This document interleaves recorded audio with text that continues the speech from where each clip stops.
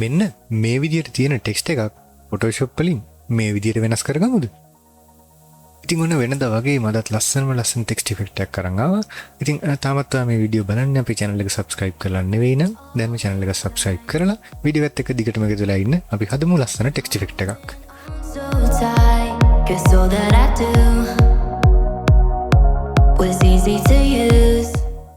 මුලින්ම මගේ ඉෆෙක්ට් එක හදාගන්න ඕනේ කරන canvas එක මම create කරගන්නවා.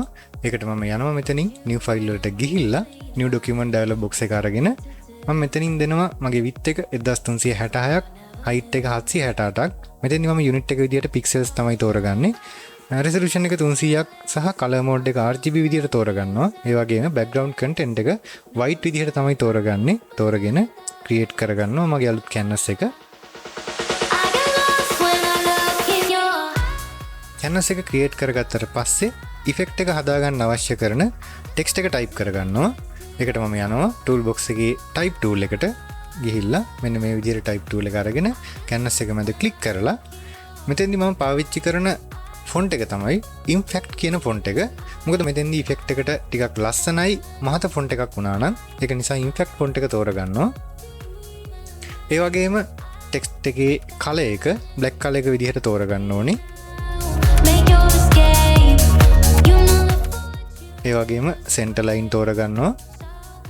සහ අකුරු ටිකක් ලොකුවට පේන්න ඕන නිසා font size එක 50ක් වගේ මෙතෙන්දි set කරගන්නවා.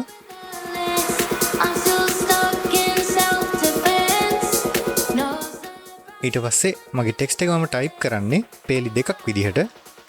මොකද අපි effect එක පේලි දෙකක් විදිහට තිබුණොත් ටිකක් ලස්සනට එන නිසා මම මෙතනදි පේලි දෙකක් පාවිච්චි කරනවා.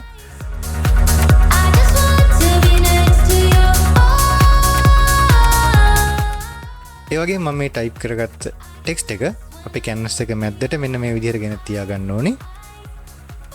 ඒ වගේම මේ ටෙක්ස්ට් දෙක අතර තියෙන ગેප් එකක් ටිකක් වැඩි වගේ නම් අපිට මේ ગેප් එක අඩු කරගන්න පුළුවන්. ඒකට මම යනවා menu bar එකේ window වලට ගිහිල්ලා window වලින් character palette එක open කරගන්නවා. දැනටත් ඔයාලගේ open වෙලා තියෙනවා නම් ප්‍රශ්නයක් නැහැ.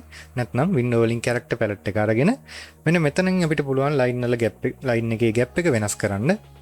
මම ටිකක් අඩු වගේක් පාවිච්චි කරලා මෙන්න මේ විදිහට text line දෙකේ gap එක අඩු කරගන්නවා.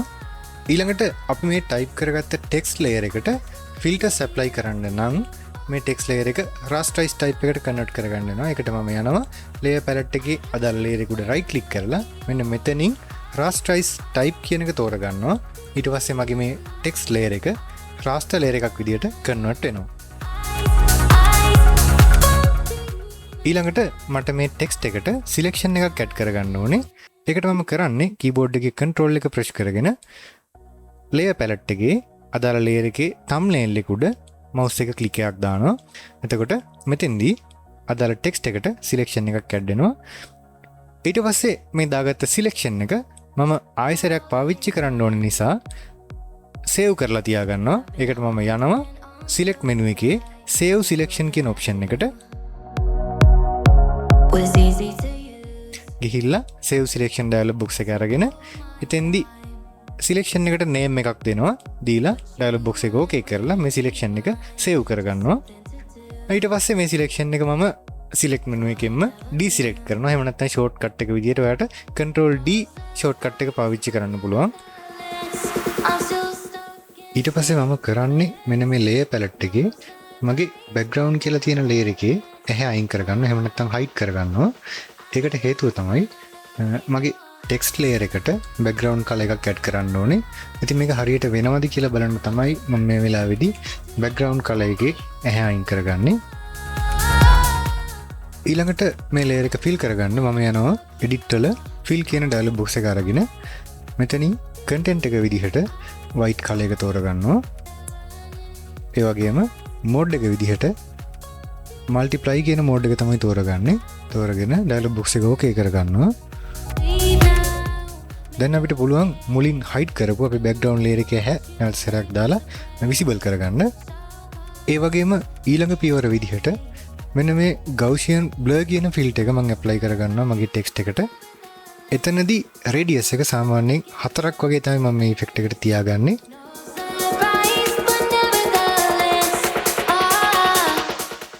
හරි.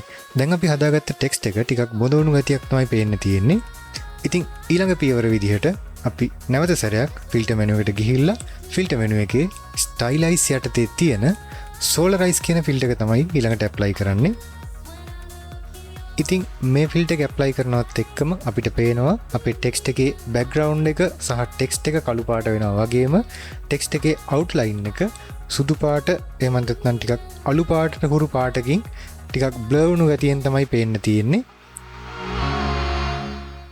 මෙතනදී මේ පේන ටෙක්ස්ට් එකේ අවුට්ලයින් එකේ තියෙන අලු පාට ගතිය තව ටිකක් දීප්තිමත් කරගන්න මම පාවිච්චි කරනවා ඉමේජ් මෙනු එකේ ඔටෝ ටෝන් කියන ඔප්ෂන් එක. ඉතින් මේ ඔප්ෂන් එකෙන් පස්සේ අපේ ටෙක්ස්ට් එකේ තවදුරටත් වර්ණය දීප්තිමත් වුණා. ඊළඟට මම මේ හදාගත්ත ටෙක්ස්ට් ලේයර් එකේ කොපි එකක් ගන්න ඕනේ. ඉතින් ඒකට මම ලේයර් පැලට් එකේ මේ ලේයර් එක සිලෙක්ට් කරලා මේ විදිහට ඩ්‍රැග් කරගෙන ගිහින් create new layer icon එක උඩට අතාරිනවා. එතකොට මගේ layer එකේ copy එකක් මේ විදිහට create වෙනවා. ඉතින් ඊළඟ පියවර විදිහට මෙන්න මේ copy ගත්ත layer එක select කරලා නැවත සැරයක් filter menu එකේ distort යටතේ තියෙන polar coordinators කියන filter එක apply කරගන්න ඕනේ. ඉතින් මේ ඩයලොග් බොක්ස් එකේ අපිට ඔප්ෂන් දෙකක් බලා ගන්න පුළුවන් rectangular to polar සහ polar to rectangular කියලා. ඉතින් මෙතෙන්දී polar to rectangular කියන ඔප්ෂන් එක ටික් කරලා ඩයලොග් බොක්ස් එක ඕකේ කරගන්නවා. ඉතින් මේ වැඩ ටික ඉවරනාට පස්සේ දැන් මෙන්න මේ විදිහට තමයි අපේ ඉමේජ් එක ස්ක්‍රීන් එකේ පේන්න තියෙන්නේ. ඊළඟට අපි ඇප්ලයි කරන්න ඕනේ ෆිල්ටර් මෙනු එකේ තියෙන win කියන ෆිල්ටර් එක. ඉතින් මේ ෆිල්ටර් එක ඇප්ලයි කරන්න කලින් අපේ ඉමේජ් එක portrait විදිහට rotate කරගන්න ඕනේ. ඒකට මම යනවා ඉමේජ් මෙනු එකේ ඉමේජ් රොටේෂන් වල 19 clockwise කියන එකට. එතනින් පස්සේ දැන් අපේ ඉමේජ් එක අන්න පෝර්ට්‍රේට් විදිහට තමයි තියෙන්නේ. දැන් අපේ ඊළඟ පියවර විදිහට මම යනවා ඉමේජ් මෙනු එකේ ඇඩ්ජස්ට්මන්ට් වල මෙන්න මෙතන තියෙන ඉන්වර්ට් කියන ඔප්ෂන් එක දෙන්න. ඉන්වර්ට් ඔප්ෂන් එක දුන්නට පස්සේ ඉතින් මෙන්න මේ විදිහට තමයි අපේ ඉමේජ් එක ස්ක්‍රීන් එකේ පේන්න තියෙන්නේ. ඉතින් ඊළඟට අපි කලින් ටියුටෝරියල් එකකදී කතා කළ win කියන ඉෆෙක්ට් එක තමයි ඊළඟට ඇප්ලයි කරන්න යන්නේ. ඉතින් ඒකට මම යනවා නැවත සැරයක් ෆිල්ටර් මෙනු එකේ ස්ටයිලයිස් වල win කියන ෆිල්ටර් එක මේ විදිහට තෝරගන්නවා. දැන් මේ win කියන ඩයලොග් බොක්ස් එකේ මෙතඩ් එක විදිහට win තෝරලා ඩිරෙක්ෂන් එක විදිහට from the right කියන එකත් තෝරලා මේ ඩයලොග් බොක්ස් එක ඕකේ කරගන්නවා. ඊළඟට ෆිල්ටර් මෙනු එකේ මෙන්න මෙතනින් අපි දාපු win කියන ඉෆෙක්ට් එක තව පාරක් ඇප්ලයි කරගන්නවා අපේ ඉමේජ් එකට. දැන් ඊළඟ පියවර විදිහට අපි මීට කලින් දුන්න ඉන්වර්ට් කියන ඔප්ෂන් එක නැවත සැරයක් මේ ඉමේජ් එකට ඇප්ලයි කරගන්න ඕනේ.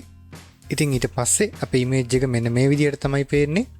ඊළඟට කලින් වගේම අපේ ඉමේජ් එකේ අලු පාට ගතිය ටිකක් වැඩිපුර පේන්න තියෙනවා. ඒක තව ටිකක් ලයිට් කරගන්න නැවත සැරයක් ඉමේජ් වල ඔටෝ ටෝන් කියන ඔප්ෂන් එක මේ ඉමේජ් එකට දෙනවා.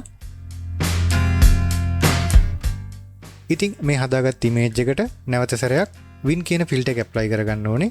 ඒකට මම යනවා ෆිල්ටර් මෙනු එකේ ස්ටයිලයිස් වල win කියන ෆිල්ටර් එක මේ විදිහට තෝරගන්නවා. එතෙන්දී from the right කියන ඔප්ෂන් එක ඇක්ටිව් කරලා ඕකේ කරගන්නවා.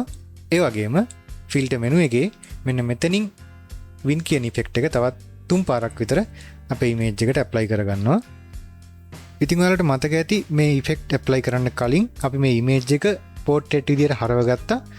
දැන් අපි හදන්නේ මේ ඉමේජ් එක තිබුණු විදිහටම නැවත සැරයක් තිබුණු පැත්තට හරව ගන්න. ඒකට මම නැවතත් යනවා ඉමේජ් වල ඉමේජ් රොටේෂන් වල මෙන්න මෙතන තියෙන 19 counter clockwise කියන එකට. හරි. දැන් අපිට පේනවා අපේ ඉමේජ් එක කලින් තිබුණු විදිහටම ලෑන්ඩ්ස්කේප් විදිහට හැදලා තියෙනවා.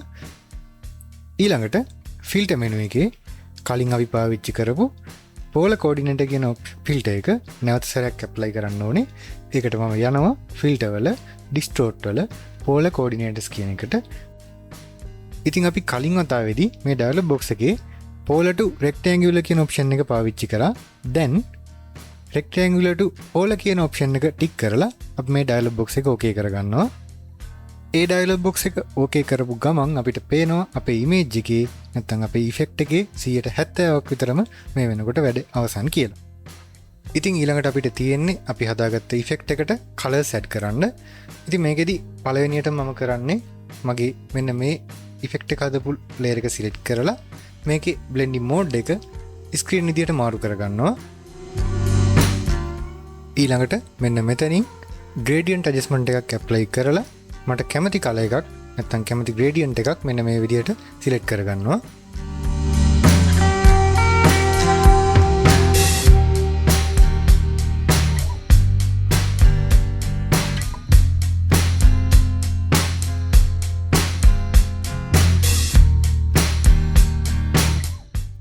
ඊට පස්සේ මේ gradient adjustment layer එකේ blending mode එක color කියන mode එකට මාරු කරගන්න ඕනේ. ඉතින් මේ විදිහට blending mode එක මාරු කරාම අපිට පේනවා අපේ effect එකේ color එකත් මාරු වෙලා තියෙනවා. ඒ වගේම ලස්සන effect එකක් අපේ screen එකේ මේ වෙනකොට තියෙනවා. ඉතින් දැන් අපිට තියෙන්නේ මේ හදාගත්ත effect එක තව ටිකක් වැඩි දියුණු කරගන්න. ඉතින් එතනදී මේ විහිදිලා ගියපු ආලෝකය තවදුරටත් වැඩි දියුණු කරන්න මම පාවිච්චි කරනවා radial blur කියන ෆිල්ටර් එක. ඉතින් මේ ෆිල්ටර් එක ඇප්ලයි කරන්න කලින් මගේ ඔරිජිනල් ටෙක්ස්ට් ලේයර් එක කන්වර්ට් කරගන්නවා ස්මාර්ට් ඔබ්ජෙක්ට් එකක් විදිහට. ඉතින් මෙහෙම ස්මාර්ට් ඔබ්ජෙක්ට් එකක් විදිහට කන්වර්ට් කරන එකේ පහසුව තමයි අපි මේ ස්මාර්ට් ඔබ්ජෙක්ට් එකකට ෆිල්ටර් එකක් ඇප්ලයි කරපුවාම නැවත සැරයක් අපිට ඒ ෆිල්ටර් එක වෙනස්කම් කරන්න පුළුවන් පහසුකම් තියෙනවා. එහෙම නැතුව අපි කෙලින්ම ලේයර් එකකට ෆිල්ටර් එකක් ඇප්ලයි කරොත් අපිට ඇප්ලයි කරපු ෆිල්ටර් එක නැවත වෙනස් කරන්න පුළුවන් කමක් නැහැ. නමුත් ස්මාර්ට් ඔබ්ජෙක්ට් එකකට ඇප්ලයි කරන ෆිල්ටර් එකක් අපිට නැවත වෙනස්කම් කරන්න පුළුවන්කම තියෙනවා. හරි. දැන් එහෙමනම් ලේයර් එකේ රයිට් ක්ලික් කරලා මෙන්න මේ මෙනු එකේ පහළට වෙන්න තියෙනවා convert to smart object කියලා මේ ඔප්ෂන් එක දීලා මගේ ලේයර් එක කන්වර්ට් කරගන්නවා ස්මාර්ට් ඔබ්ජෙක්ට් එකක් විදිහට. ඊළඟට ෆිල්ටර් මෙනු එකේ blur කියන මෙනු එක යටතේ radial blur කියන ෆිල්ටර් එක තෝරගන්නවා. ඒ වගේම මෙතනදී blur method එක විදිහට zoom කියන method එක තෝරගන්නවා. ඒ වගේම quality එක විදිහට best කියන quality එකක් තෝරලා amount එක විදිහට 10ක් පමණ ලබා දීලා dialog box එක okay කරගන්නවා. මෙතනදී අපි smart object එකකට මේ filter එක apply කරපු නිසා layer palette එක අපිට පේනවා smart filter කියලා layer එකට යටින් filter එක apply වෙලා තියෙනවා. ඉතින් ඕනම වෙලාවක අපිට මේ filter එක ඉවත් කරගන්නත් පුළුවන්. ඒ වගේම filter එක වෙනස් කරගන්නත් මෙතනින් හැකියාව තියෙනවා. දැන් අවසාන පියවර විදිහට original layer එකට ඉහළින් empty layer එකක් create කරගන්න ඕනේ. ඒ වගේම අපි මුලදී save කරගත්ත selection එක select menu එකේ load selection යටතට ගිහිල්ලා මෙන්න මේ විදිහට නැවත සැරයක් load කරගන්නත් ඕනේ.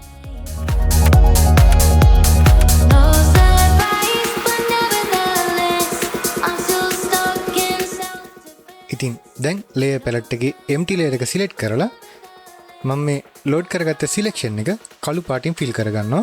ඒකට edit menu එකේ fill option එක පාවිච්චි කරලා content එක විදිහට black color එකත් mode එක විදිහට normal mode එකත් තෝරලා text එක කළු පාටින් fill කරගන්නවා.